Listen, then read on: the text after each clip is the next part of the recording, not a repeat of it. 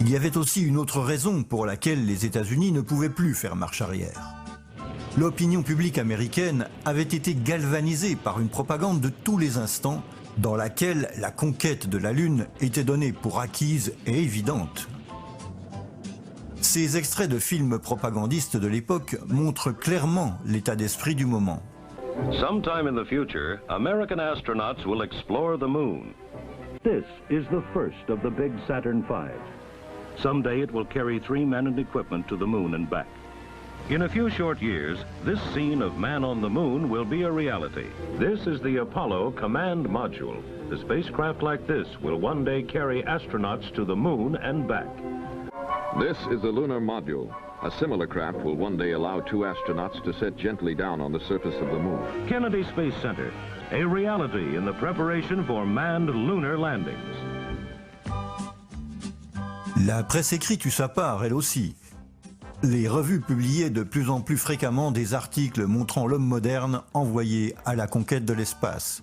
Les livres d'aventures se déroulant dans l'espace se multipliaient, et au fur et à mesure, le public s'habituait toujours plus à l'idée de coloniser d'autres planètes. Pour une nation qui était née et avait grandi dans le mythe du Far West, la nouvelle frontière de l'espace ne pouvait que devenir le prolongement idéal de ce même état d'esprit de conquête. Ainsi, les fusées interplanétaires, satellites et vaisseaux spatiaux de tout genre devenaient chaque jour plus familiers au public américain. De véritables guides de l'espace étaient publiés, comme celui de Hammond ou de Doubleday, qui illustraient jusque dans le moindre détail les futures missions Apollo. Et il y avait même un guide de l'espace pour les écoles élémentaires. Les enfants, dans leur classe, s'amusaient à construire leurs propres fusées, en rêvant d'aller sur la Lune. If I ever go to the moon, I think it'll be very fun. I just hope to go very, very soon, and I hope I'm not really that old.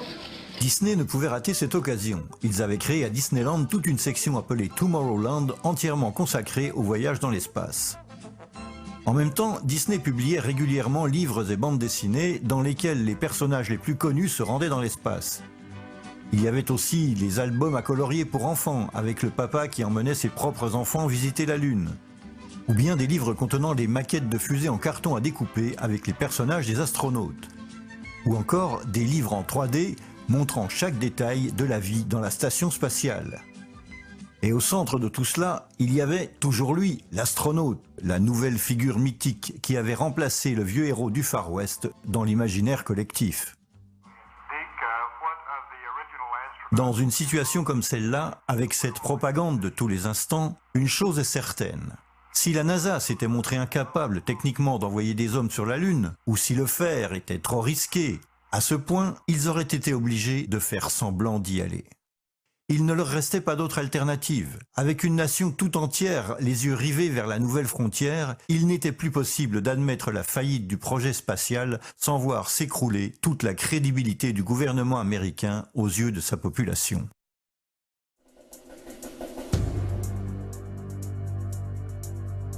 C'est la théorie soutenue par Bill Kaysing, l'homme considéré par beaucoup comme le père de la théorie du complot lunaire. The reason I believe that NASA and the government faked the moon landing was basically it was technically impossible to do it. And they simply had to come up with some sort of alternative that they felt the public would believe.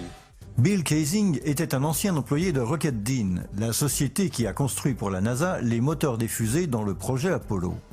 En 1976, 4 ans à peine après la fin des missions Apollo, Kaysing publiait un livre intitulé We Never Went to the Moon, Nous ne sommes jamais allés sur la Lune, dans lequel il énumérait toutes les raisons pour lesquelles il pensait qu'il était impossible que l'homme soit allé sur la Lune. Et où il expliquait que toute la série d'alunissage avait été filmée dans un studio secret de la NASA. Le livre de Kaysing eut un retentissement assez considérable et fut suivi quelques années plus tard par un autre livre assez similaire écrit par le chercheur indépendant Ralph Renée. Le livre s'intitulait « NASA Mooned America », ce qui signifie « La NASA a trompé l'Amérique ».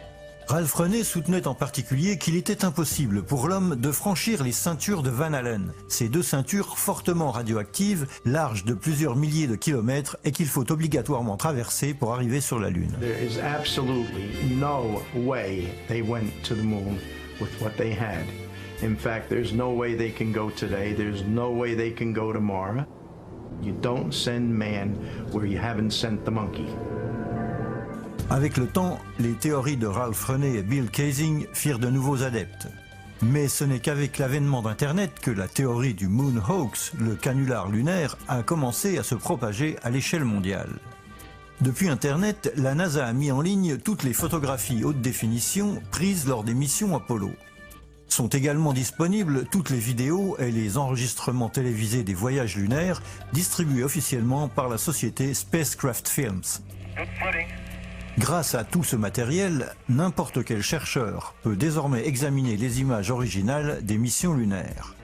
Cela a porté à une multiplication de livres et de documentaires toujours plus détaillés et approfondis qui remettent sérieusement en cause l'idée que l'homme soit réellement allé sur la Lune.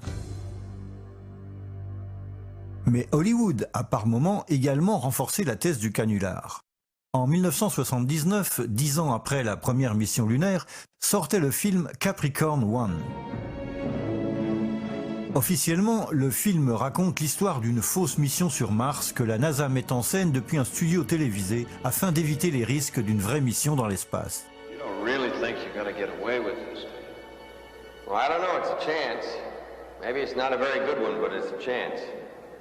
Mais Capricorn One se référait clairement aux récentes missions lunaires, au point que le sous-titre du film disait « Seriez-vous bouleversé de découvrir que le plus grand moment de notre histoire récente pourrait ne pas avoir eu lieu du tout ?» Les producteurs de Capricorn One n'eurent aucun problème à laisser entendre que la NASA avait pu facilement tromper le monde entier avec de fausses missions Apollo. I believe, had they wanted to, that NASA could indeed have pulled off the greatest hoax of all time, never sent anyone to the moon, and recreated it in a television studio. Si nous y sommes parvenus avec un budget de seulement 4 millions de dollars, expliquaient les producteurs, on ne voit pas bien pourquoi ça n'aurait pas été possible pour la NASA, qui disposait de fonds et de moyens quasi illimité. Et Capricorn One n'est certainement pas le seul film de Hollywood à sous-entendre que les alunissages ont été filmés sur Terre. Dans le film de James Bond, Diamonds Are Forever, on voit tout d'un coup le protagoniste, Sean Connery, tenter de s'échapper en traversant par erreur un décor cinématographique où sont mis en scène précisément les débarquements sur la Lune.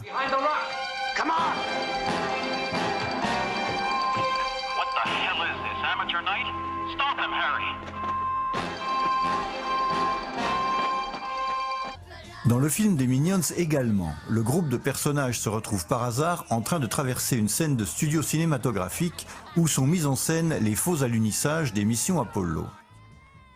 Et également dans Coneheads, le fameux film comique avec Dan Aykroyd. Les producteurs se moquent ouvertement de l'idée que l'homme soit jamais allé sur la Lune. Chicken embryos, seasoned patties of ground animal flesh. I'm not really hungry. Just some Tang. Ah, Tang, the drink the astronauts took to the moon.